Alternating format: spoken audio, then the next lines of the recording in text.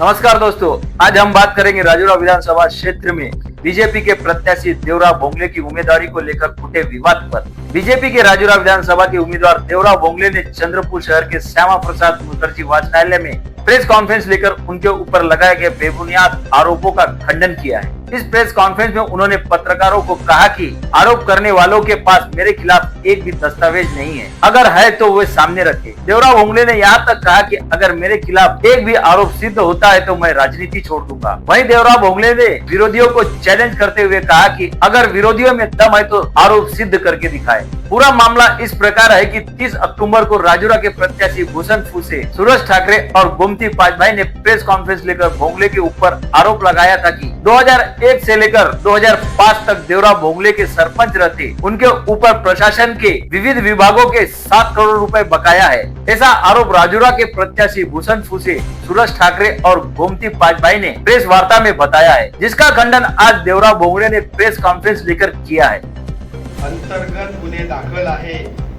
चंद्रपूर, राजुरा, बल्लारशाच्या कोर्टामध्ये केसेस सुरू आहे आणि यासोबतच खरं तर राजुरा, कोरपना, ज्योती भागातील जे छोटे छोटे कर्मचारी आहेत त्यांनी सीडीसीसी बँकेत लोन घेऊन या कंपनीमध्ये त्या ठिकाणी शेअर्स खरेदी केले आणि त्या ठिकाणी सामान्य लोकांना गंडवण्याचं काम गोमतीताई पाटभाईंनी केला।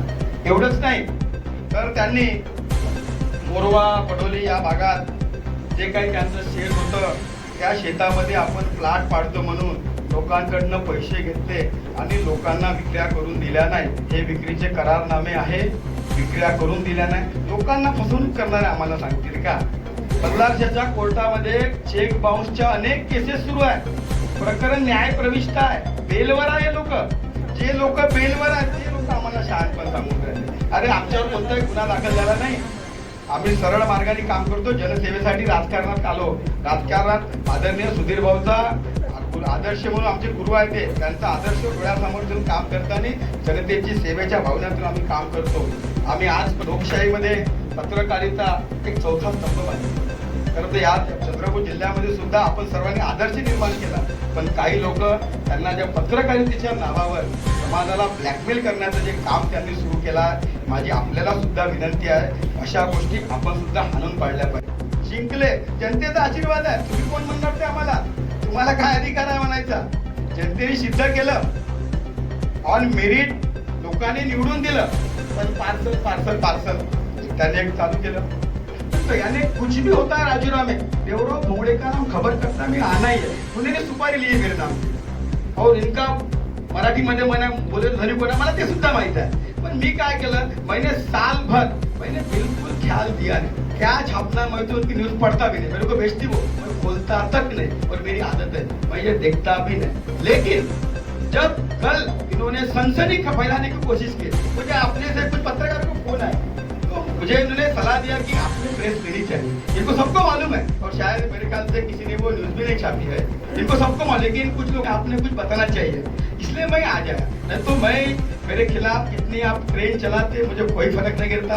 मैं जनता के लिए काम, पूरे राजूरा शहर ने देखी, पूरे विधानसभा ने देखी, ऐतिहासिक रैली देखी, और मुझे इन्होंने क्या चलाए उससे कोई फर्क नहीं गिरता। लेकिन मुझे कुछ मेरे पत्रकार मित्रों ने बताया कि आपने ऊपर अपना स्टैंड बताना चाहिए। तो कल जो मेरे ऊपर जो बात कागज पे ही नहीं है, मैं और आपको खुला चैलेंज कर रहा हूँ, मेरे को पैसा भी एक कोई कागज लाके दो जिसमें देवराव भोंगले आपके ऊपर ग्राम पंचायत के अपराध अनियमितता के 8 करोड़ रुपए बकाया है, आपको पैसा भरना है, ऐसा मेरे को कुछ भी कागज किसी ने भी दिखाना चाहिए।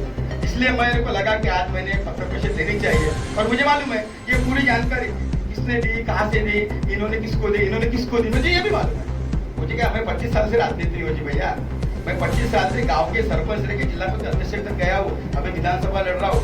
पार्टी ने मुझे बहुत बड़ा दायित्व दिया, वार्ड अध्यक्ष से मैंने काम शुरू किया, जिले के अध्यक्ष तक मैं पहुंचा हूँ। हमारे भी हमको भी चाहने वाले लोग हैं, ठीक है, गिने चुने 4-5 लोग हमारे दुश्मन हो सकते हैं, लेकिन उनकी पहुंच कहाँ तक है, कौन किसको, इनको कौन सप्लाई करता है, मुझे पूरी जानकारी है, कौन इनको जानकारी दे रहा है। अरे उसको ही मालूम है, जानकारी देने वालों को सच मालूम नहीं है। अच्छा, लेखा परीक्षण क्या मालूम है, क्या इनको मालूम लेखा परीक्षण क्या, लेकिन मैं बताना भी नहीं चाहता, क्योंकि और एक विरोध में थोड़ा अगर आप एक बार हमारे राजूरा विधानसभा में आ जाओ, यहाँ पे मेरे पूरे शहर की पदाधिकारी बैठे हैं और थोड़ा आप खुद अपना अगर सर्वे कर लेंगे तो आपको मालूम होगा कार्यकर्ता नाराज है नहीं है। हाँ, अभी हमारे दर्शन भाव, संजू भाव, ठीक है, वो सीनियर लीडर है, उन्होंने टिकट मांगी, स्वाभाविक, मुझे उसके बारे में कुछ बुरा लगने का कारण नहीं है, उनका भी टिकट मांगने का अधिकार है। हर जगह पार्टी के टिकट मांगने वाले काफी लोग होते हैं, एक आदमी को टिकट मिलती है, टिकट तो एक ही मिलेंगी ना।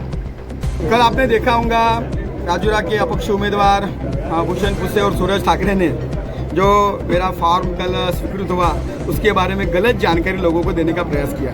सही तो मेरे ऊपर आज तक शासन का कोई भी बकाया नहीं है।